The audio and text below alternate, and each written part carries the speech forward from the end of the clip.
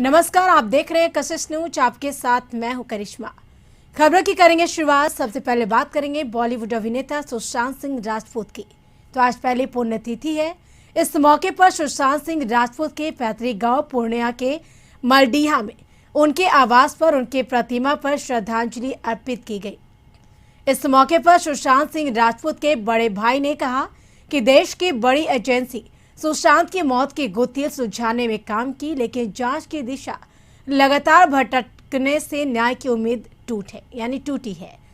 वहीं सुशांत के भतीजों ने कहा कि सुशांत के मौत पर राजनीति की गई है और मौत के कारण जानने के बदले ड्रग कनेक्शन पर अनुसंधान किया गया है। और आज भी हम सबको याद है कि 13 जून 2020 की रात क्या हुई थी। प्रधानमंत्री नरेंद्र मोदी से इस मामले में हस्तक्षेप करने का भी परिजनों ने अनुरोध किया है। वो यूँ कि अक्टूबर के बाद जब आप देखेंगे तो वो चीज़ें ना बदल गई। वहाँ से एक नया एंगल शुरू हुआ। जो मेन इशू था वो हट गया, वहाँ से एक ड्रग एंगल शुरू हो गया। और वहाँ के बाद फिर जब हम लोग देखते हैं दिसंबर के बाद, जैसे लगा कि सब कुछ ख़त्म हो गया है। कभी कभी बीच में कोई पिठानी को गिरफ्तार कर लिया जाता है। जैसे होता है ना कि आप ऐसा लगता है ना कि ना हम बंद किए हैं ना हम चला रहे हैं, बस हम चले जा रहे हैं। साफ शब्द में कहेंगे कि हम लोग संतुष्ट नहीं हैं और हम लोगों को उम्मीद आज भी है कि न्याय मिले, जस्टिस मिले। इससे आगे और क्या कहेंगे। फिल्म अभिनेता सुशांत सिंह राजपूत के निधन की आज पहली बरसी है। उनके सुसाइड मिस्ट्री का अब तक खुलासा नहीं होने से उनके लाखों फैन मायूस है। उनको चाहने वालों के साथ ही उनके ननिहाल के लोगों में खासा नाराजगी है। ननिहाल के लोगों ने कहा कि सुशांत सिंह राजपूत के सुसाइड मिस्ट्री को डाइवर्ट कर दिया गया है। पिछले 1 साल से सीबीआई इस मामले की जांच कर रही, लेकिन मौत के कारणों का अब तक खुलासा नहीं हुआ है। वो दुखद है। सीबीआई को सुशांत के मौत के वजहों का जल्द खुलासा करना चाहिए। आपको बता दें कि दिवंगत फिल्म अभिनेता सुशांत सिंह राजपूत का ननिहाल खगड़िया जिले के बोरने गांव है, जहां वर्ष 2020 के मई महीने में सुशांत सिंह राजपूत अपना मुंडन कराने अपने परिवार के साथ पहुंचे थे। उन यादों को भी याद करके आज भी ननिहाल वालों की आंखें नम हो जाती है। उसकी जो हत्या की गई उसके संबंध में बहुत सारा इन्वेस्टिगेशन होगा, कुछ तथ्य सामने आएगा, सच्चाई सामने आएगी, लेकिन निराशा हाथ लगी और आज तक वो पर्दे के पीछे ही रह गया। इसी बात का अफसोस। आज तो सोचनीय विषय है कि आज ही के दिन यहाँ आए थे और इस साल नहीं करता है। जब से उन्हें न्याय नहीं मिला है, ट्रैफिक क्या था, मृत्यु का, ट्रैफिक क्या आ गया, गांजा चिलम का, अब तो ये सब देखने का भी दिल नहीं करता है। 19 में जो आए थे यहाँ मुंडन के लिए, वो तो और याद ताज़ा कर दिए। आज ही के दिन अभिनेता सुशांत सिंह राजपूत की मौत हुई थी। उसके बाद राजनीतिक गलियारों में काफी बवाल मचा था। सीबीआई जिम्मा दिया गया था। आज 1 साल बीत जाने के बाद उनके प्रशंसकों ने उनके आवास पर उनको श्रद्धांजलि अर्पित की, उनके मूर्ति पर माल्यार्पण किया और उन्हें याद किया।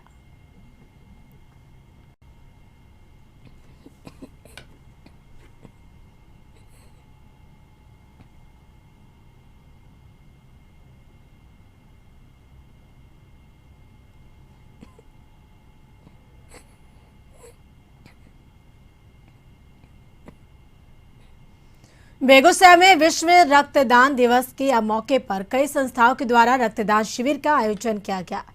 सदर अस्पताल में जयमंगला वाहिनी के द्वारा रक्तदान शिविर का आयोजन किया गया, जिसमें करीब 40 से अधिक महिला और पुरुष ने रक्तदान किया। वहीं दूसरी ओर तेघड़ा प्रखंड के आधारपुर गांव में वत्स सेवा समिति के द्वारा रक्तदान शिविर का आयोजन किया गया। यहाँ भी दर्जन से ज्यादा लोगों ने रक्तदान किया। आज विश्व रक्तदाता दिवस है और इस मौके पर रक्तदान शिविर का आयोजन किया गया है।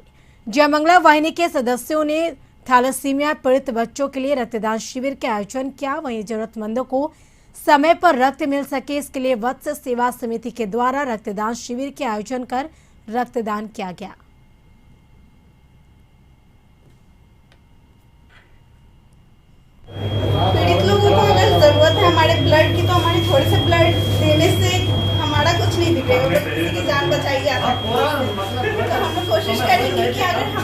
पास एक्स्ट्रा कुछ है देने के लिए तो हम लोग कोशिश करेंगे कि हम लोग जिसको दे सकते। ऐतिहासिक जिला बक्सर के 2 लाल को सेना का लेफ्टिनेंट पद मिलते ही जिले के नागरिकों की छाती गर्व से चौड़ी हो गई। महर्षि विश्वामित्र की नगरी बक्सर ने देश और दुनिया को एक से बढ़कर एक रत्न प्रदान किए हैं, जो देश और विदेश में जिले की कृति पताका फहरा रहे हैं। ऐसे ही 2 युवाओं ने सेना में लेफ्टिनेंट बन जिले का नाम देश भर में रोशन किया। बक्सर जिले के राजपुर प्रखंड के राजपुर गांव के विकास कुमार सिंह एनडीए की पढ़ाई और बता दें कि ट्रेनिंग पूरी कर वह सेना में एक लेफ्टिनेंट पद पर चयनित हुए हैं। उनके चयन के बाद परिजनों के साथ पूरे गांव में खुशी की लहर दौड़ गई। राजपुर गांव के विपिन बिहारी सिंह के पुत्र विकास जब ट्रेनिंग पूरी करने के बाद लेफ्टिनेंट बन अपने जिले में लौटे तो स्थानीय रेलवे स्टेशन पर गांव के लोगों के द्वारा उनको फूल मालाओं से लाद कर स्वागत किया गया। बक्सर के दूसरे लाल सिमरे प्रखंड के बलिहार पंचायत के बड़का गांव दक्षिण टोला के निवासी अजय कुमार मिश्रा ने प्रथम प्रयास में ही अपने लगन और कठिन परिश्रम के कारण सेना में लेफ्टिनेंट का पद प्राप्त किया। अजय के पिताजी एक किसान थे जो अब इस दुनिया में नहीं है। सेना के उच्च शिखर पर पहुंचे दोनों बक्सर के लाल की तारीफ की जा रही है।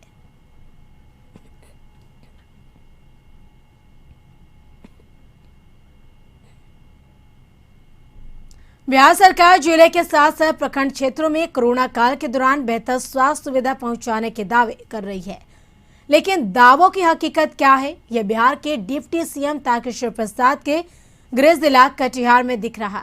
हम उस विधानसभा की बात कर रहे हैं जहां के विधायक जेडीयू के विजय सिंह है। बरारी विधानसभा क्षेत्र के समेली प्रखंड में बनाए गए प्राथमिक स्वास्थ्य केंद्र भूत बंगला बना हुआ है। लोग कहते हैं कि यह स्वास्थ्य केंद्र 10 साल पहले बना था और इसमें 4 दिन डॉक्टर भी आए, लेकिन डॉक्टर साहब जब गए तो आज तक वापस ही नहीं आए। अस्पताल के अंदर जो भी सामान लगी थी सुरक्षा नहीं रहने से चोरी हो चुकी और अब यह अस्पताल जंगलों से घिरा हुआ है और भूत बंगला बना हुआ है। यही हाल इस प्रखंड के अन्य स्वास्थ्य केंद्रों का भी है, जहां चांदपुर प्राथमिक स्वास्थ्य केंद्र दिखने में तो चकाचक है, लेकिन यह अस्पताल पशुओं का तबेला बन चुका है। यहाँ प्रसव के लिए कमरा भी है जो गोबर रहने के काम में लाया जा रहा है।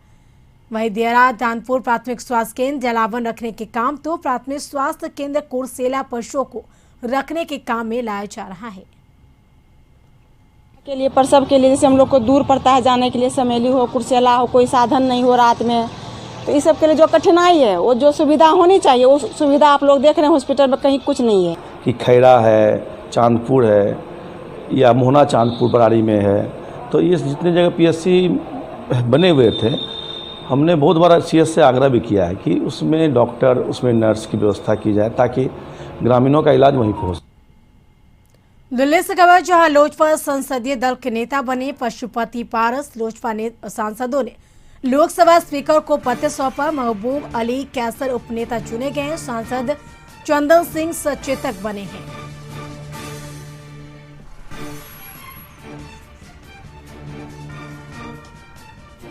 तो बता दें कि लोजपा संसदीय दल के नेता बने हैं पशुपति पारस।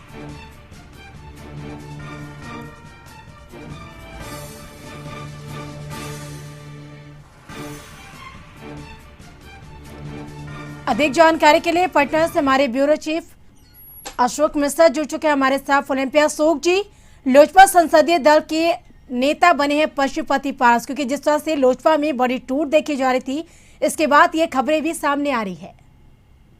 बिल्कुल, देखिए पशुपति कुमार पारस के नेतृत्व में लोजपा के 5 सांसदों ने कल रविवार को अलग होने का फैसला लिया था और आज वो 5 सांसद लोजपा के लोकसभा के अध्यक्ष ओम बिरला से जाकर के मुलाकात की और उन्हें एक पत्र सौंपा है। इस पत्र के मुताबिक लोकसभा में संसदीय दल के नेता पशुपति कुमार पारस होंगे और उप नेता महबूब अली कैसर होंगे जो सांसद हैं, और मुख्य सचेतक चंदन सिंह जो सांसद है उनको बनाया गया है। इस तरह से 5 सांसदों में से 3 को पार्टी का पदाधिकारी बनाया गया है और ये पत्र लोकसभा अध्यक्ष ओम बिरला को सौंपा गया है और कहा गया है कि लोकसभा अध्यक्ष के द्वारा उन्हें मान्यता दी जाए। तो ऐसा इसलिए कह सकते हैं कि जो पत्र सौंपा गया है, लोजपा के 6 सांसद हैं, 5 सांसदों के सिग्नेचर हैं उस पर और 1 सांसद का कॉलम छोड़ा गया है।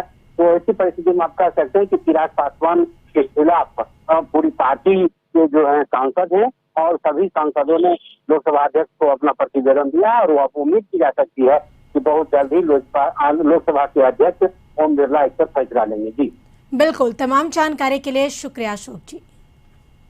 बढ़ेंगे अगली खबर की ओर दिल्ली से, जहां पशुपति पारस को मनाने की कोशिश नाकाम रही। चाचा के घर से वापस लौटे चिराग पासवान, चिराग की पशुपति पारस से मुलाकात नहीं हो सकी। अधिक जानकारी के लिए पटना से हमारे संवाददाता मरगूब आलम जुड़ चुके हैं फोन पे। मरगूब, आज जिस तरह से लोजपा में बड़ी टूट देखी गई, इसको लेकर चिराग पासवान पशुपति पारस से मिलने पहुंचे, यानी जिस तरह से मनाने की कोशिश की गई, तो कहीं ना कहीं कोशिश ये नाकाम रही। देखिए करिश्मा, इसकी तो पटकथा बहुत पहले लिखी जा चुकी थी और चिराग पासवान को इस पूरे राजनीतिक हलचल के बारे में पता ही नहीं चला, और अगर पता चला तो चिराग पासवान ने बहुत बड़ी चूक कर दी, क्योंकि ये पूरा डेवलपमेंट लगभग पिछले एक सप्ताह से पटना और दिल्ली में चल रहा था। और शायद चिराग पासवान को लगा कि इतनी बड़ी चूक हमारी पार्टी में नहीं होगी, और कल शाम के बाद जब डेवलपमेंट बहुत ज्यादा हुआ तब न करके आज दिन में चिराग पासवान सक्रिय हुए, लेकिन तब तक से बाजी जा चुकी थी। और अब तक स्वागत, अब आप समझिए कि चिराग पासवान को उनके चाचा के घर के बाहर 20 मिनट खड़ा रहना पड़ा जी। काफी मान मनोबल के बाद गेट खुला, वो अंदर में गए, 50 मिनट तक अंदर में बैठे, और तब भी चिराग पासवान की मुलाकात नहीं हो सकी पशुपति पारस से, और वो वहां से वापस चला गया। तो इसका सीधा मतलब है कि the story of clipping and हो गया। लोजपा में अलग रास्ता चिराग पासवान का हुआ, अलग रास्ता पशुपति पारस का हुआ, और आने वाले चंद घंटे में बिल्कुल मरगूब जी, आप बने रहे हमारे साथ। अगले खबर पे हम आपसे जानकारी लेंगे। तो बता दें कि सांसद वीणा देवी के आवास पर बैठक है। वीणा देवी के साथ प्रिंस राज पासवान भी मौजूद है। जेजेयू के प्रवक्ता संजय सिंह भी इस बैठक में मौजूद है। तो बता चले कि सांसद वीणा देवी के आवास पर यह बैठक हो रही है। अधिक जानकारी के लिए पटना से हमारे संवाददाता मरगूब आलम जुड़े हुए फोन पे। मरगूब, जो बातें सामने आई कि सांसद वीणा देवी के आवास पर बैठक चल रही है, इस बैठक में क्या अहम चर्चा है, इस बैठक में क्या महत्वपूर्ण बातें हो रही है? देखिए, ये बड़ी बैठक है, ये सामान्य बैठक नहीं है, क्योंकि लोजपा के जो 5 सांसद हैं वो अलग हुए हैं चिराग पासवान से। वीणा देवी के साथ प्रिंस राज मौजूद हैं, संजय सिंह मौजूद हैं, और इसमें एक महत्वपूर्ण जानकारी हम आपको दे दें। इसी घर से, वीणा देवी के घर से अभी से थोड़ी देर पहले, मतलब 1 घंटा पहले ललन सिंह निकल के गए हैं। तो इसका सीधा मतलब है कि कहीं न कहीं जो जदयू का जो बड़ा एक नेतृत्व है, जदयू के जो लोग हैं लगातार जो नाराज है चिराग पासवान से सांसद उनसे मिल रहे हैं, और इस बात की राजनीतिक संभावना तलाशी जा रही है कि क्या ये लोग मर्ज करेंगे जदयू में। एक तरीके से इनको ऑफर दिया जा रहा है। अब देखना पड़ेगा कि आने वाले चंद घंटों में, आने वाले चंद दिनों में क्या हो पाता है, लेकिन फिलहाल ये बड़ी बैठक है, और इस बैठक में जदयू के प्रवक्ता संजय सिंह का शामिल होना निश्चित तौर पर कहने के राजनीतिक एक हलचल पैदा करता है, और देर शाम तक निश्चित तौर पर महत्वपूर्ण अपडेट आएंगे। आप देखिएगा तो फिलहाल जेडीयू की तरफ से यह कोशिश की जा रही है कि इन सभी को जेडीयू में मर्ज किया जाए, लेकिन इस पर पशुपति पारस को ही फैसला लेना है। लेकिन देखना पड़ेगा कि पशुपति पारस और चिराग पासवान के बीच आगे बातचीत होती है, नहीं होती है, जब कुछ इंड हो गया, यह महत्वपूर्ण है। फिलहाल अभी लोजपा में राजनीतिक घटनाक्रम बाकी है। मैं बार बार बोल रहा हूँ करिश्मा, अभी लोजपा में राजनीतिक घटनाक्रम बाकी है। कई ऐसे घटनाक्रम होंगे जो राजनीतिक टीकाकारों को भी चौंकाएंगे, और आने वाले दिनों में निश्चित तौर पर यह आप देखेंगे। जी बिल्कुल, तो राजनीतिक गलियार में कहीं न कहीं हलचल देखी जा रही है लोजपा को लेकर। फिलहाल तमाम जानकारी के लिए शुक्रिया मरगूब। यहाँ रुकेंगे एक छोटे से ब्रेक के लिए, ब्रेक के बाद जल्द हाजिर होंगे। लोजपा में बगावत पर कई पार्टी के नेताओं ने बयान दिया। बीजेपी, जेडीयू, आरजेडी और कांग्रेस के नेताओं ने इस पर प्रतिक्रिया दी है। जरा सुनिए किसने क्या कहा।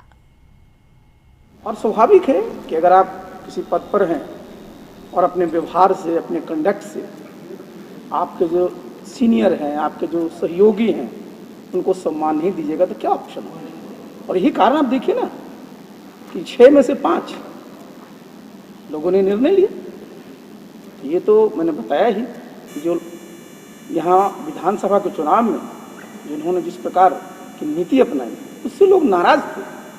आपको याद होगा, इसी हॉल में हम लोगों ने कुछ महीने पूर्व, हमारे अध्यक्ष जी थे, बहुत सारे साथी ज्वाइन किए। तो स्वाभाविक है कि जैसा मैंने कहा कि जैसा करिएगा वो पाइएगा। विधानसभा चुनाव में जिस प्रकार से चिराग पासवान ने अकेले निर्णय लिए थे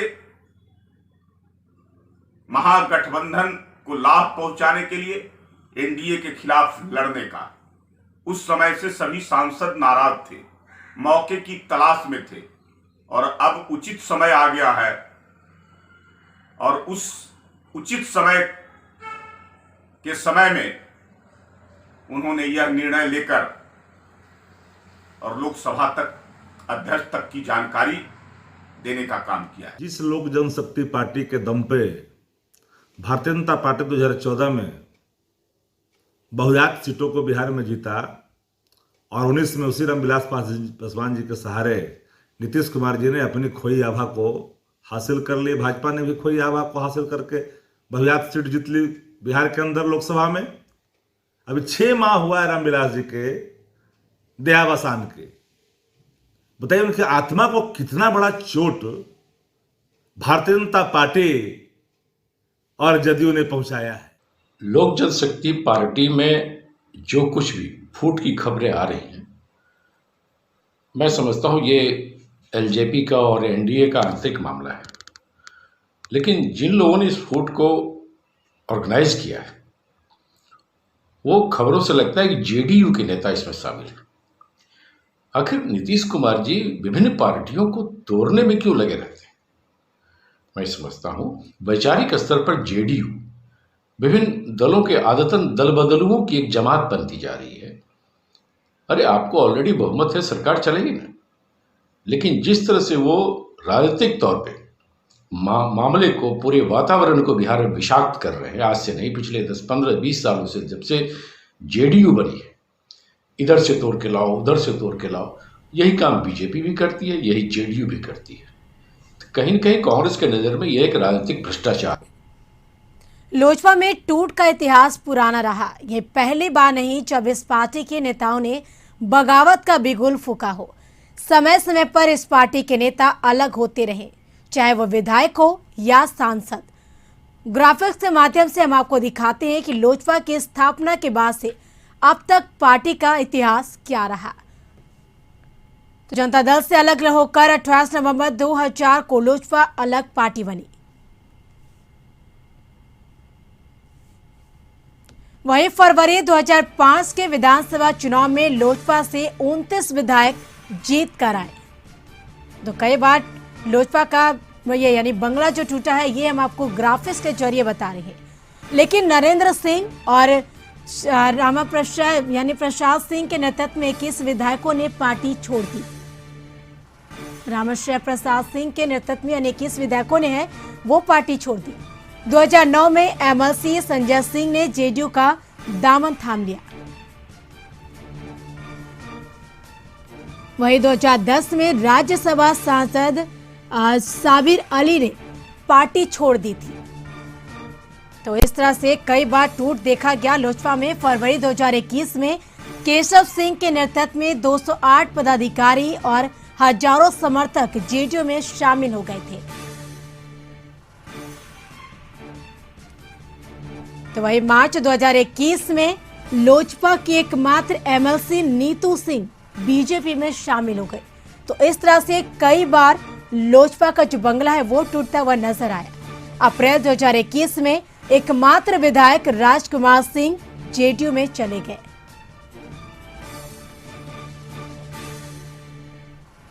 वहीं 13 जून 2021 को 5 सांसदों ने पार्टी छोड़ दी। तो इस तरह से लोजपा में एक बड़ी टूट देखी गई। हालांकि ये टूट कोई नया नहीं, इसका पुराना इतिहास रहा है।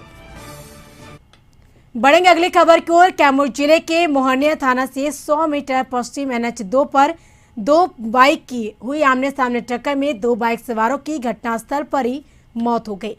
तो वहीं एक को घायल अवस्था में अनुमंडल अस्पताल मोहनिया पहुंचाया गया, तो वहीं दूसरा बाइक लेकर फरार हो गया। दोनों मृतक रोहतास जिले के शिवसागर थाना क्षेत्र के सोनर गांव के रहने वाले बताए जा रहे हैं। घटना के बाद मौके पर पहुंची NHI और पुलिस ने घायलों को अस्पताल पहुंचाया। NHAI टीम के यानी नरेंद्र बहादुर सिंह ने बताया कि सूचना मिली कि 2 बाइक आपस में टकरा गई, जिसमें 2 की मौके पर ही मौत हो गई और वहीं 1 लोग घायल हो गए। घटनास्थल पर पहुंचकर सभी को अनुमंडल अस्पताल मोहनिया पहुंचाया गया।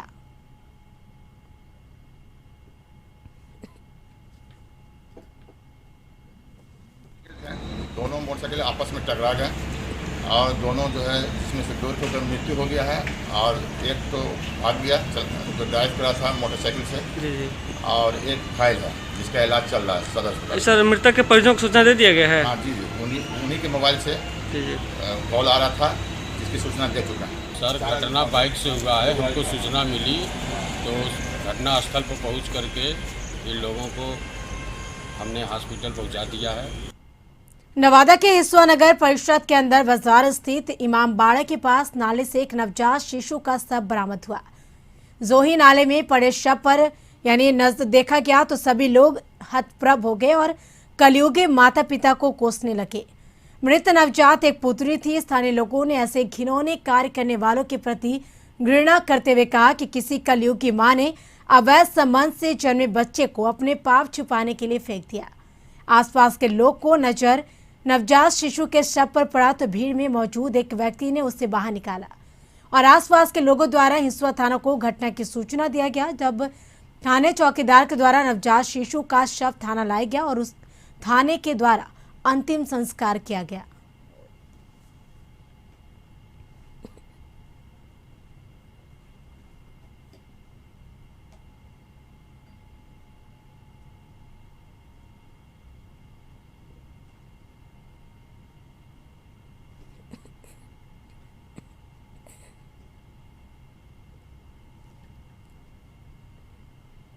मुंगेर में पुलिस टीम पर हमला मामले में एक नया खुलासा हुआ। बताया जा रहा है कि हमला करने वालों में महिलाएं भी शामिल थी। दरअसल मुंगेर जिले के असरगंज थाना क्षेत्र में पुलिस के द्वारा अवैध शराब की सूचना पर विक्रमपुर कलाली मोड़ के पास पप्पू सिंह के घर छापेमारी की गई, पर पुलिस टीम पर घर की महिलाओं के अलावा अन्य अपराधियों के द्वारा भी पुलिस टीम पर हमला किया गया। इस मामले में खड़गपुर एसडीपीओ राकेश कुमार ने बताया कि असरगंज थाना के द्वारा पहले छापेमारी की गई, जहां घर की महिलाओं के द्वारा यानी और अपराधियों द्वारा पुलिस टीम के साथ मारपीट कर एक पुलिसकर्मी का मोबाइल छीन लिया गया। जिसके बाद पूना तारापुर एसडीपीओ पंकज कुमार के नेतृत्व में अन्य थानों के द्वारा छापेमारी करने पहुंची तो सुनियोजित ढंग से पूना 30 से 40 की संख्या में ज्ञात अपराधियों ने जिसमें महिला भी शामिल थी, उनके द्वारा भी पुलिस टीम पर तलवार और लाठी डंडे से हमला कर दिया गया। अवैध शराब और वहाँ पर आग्नेयास्त्र वगैरह रखा हुआ है। इस क्रम में छापेमारी की गई। घर की महिलाएं और उनके जो अन्य परिजन थे वहाँ पर और उनके सहयोगी सभी लोग 15-16 की संख्या में, और बाहर भी कई अन्य लोग थे जो अंधेरा में नहीं दिख सका, तो ये लोग पुलिस पार्टी पर हमला कर दिए। पहले तो सरगंज थाने की टीम गई थी, उसके बाद वो लोग झड़प कर लिया, तो बाद में एसडीपीओ साहब, सरगंज थाना प्रभारी, ये तारापुर थाना प्रभारी, हरपुल थाना प्रभारी, अच्छा की वार्ड टीम सभी लोग मिलके गए थे। अचानक लोग हमला बोल। आईएस एसोसिएशन के द्वारा वर्ल्ड ब्लड डोनर डे के अवसर पर मेगा ब्लड डोनेशन कैंप का आयोजन किया गया। यानी इस अवसर पर कई वरिष्ठ आईएएस अधिकारी मौजूद थे। इस मेगा ब्लड डोनेशन कैंप में कई आईएएस अधिकारियों ने भी ब्लड डोनेट किया। जान बचाने का तरीका कार्यक्रम का उद्घाटन मुख्य सचिव त्रिपुरारी शरण ने किया। इस अवसर पर विकास आयुक्त भी मौजूद थे और आईएएस एसोसिएशन के अध्यक्ष दीपक कुमार ने कहा कि थैलेसीमिया के मरीजों के लिए कोरोना संक्रमण के दौरान लगातार ब्लड की कमी हो रही है। इसे देखते हुए मेगा कैंप का उद्घाटन किया गया और आगे भी इस कार्यक्रम को किया जाएगा। एक तरह का विकार है और उन बच्चों को प्रत्येक 15 दिन पे ब्लड ट्रांसफ्यूजन की आवश्यकता पड़ती है, तो उसे ध्यान में रखते हुए सफिशिएंट मात्रा में ब्लड की आवश्यकता है। इसका कार्यक्रम का उद्घाटन मुख्य सचिव श्री त्रिपुरारी शरण साहब द्वारा किया गया एवं विकास आयुक्त श्री सुभानी साहब, जीएस कंग साहब जो उपाध्यक्ष योजना परिषद हैं, उन्होंने अध्यक्षता की। जो और कुछ समस्याएं रह गई हैं बिहार सरकार के सहयोग से और खासतौर पे माननीय मुख्यमंत्री जी के व्यक्तिगत इंटरेस्ट के कारण थैलेसीमिया पीड़ित बच्चों के लिए काफ़ी काम बिहार में किए गए हैं। राजद के राष्ट्रीय अध्यक्ष से समाजवादी पार्टी के सुप्रीमो अखिलेश यादव ने दिल्ली में मीसा भारती के आवास पर मुलाकात की।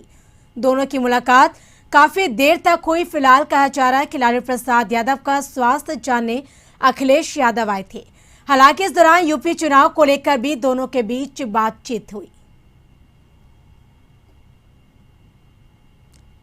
सहरसा में कोविड-19 से मृत व्यक्तियों के प्रति श्रद्धांजलि एवं पीड़ितों के स्वास्थ्य लाभ के लिए समानालय परिसर में विशेष प्रार्थना सभा कार्यक्रम का आयोजन किया गया। इस अवसर पर विकास आयोग सहित कई वरीय पदाधिकारी मौजूद थे। इसके बाद कोविड-19 से मृत व्यक्तियों के परिजनों को आपदा राहत कोष से मुआवजा के तौर पर जिलाधिकारी कौशल कुमार ने आश्रित परिजनों को अनुदान राशि का चेक प्रदान किया।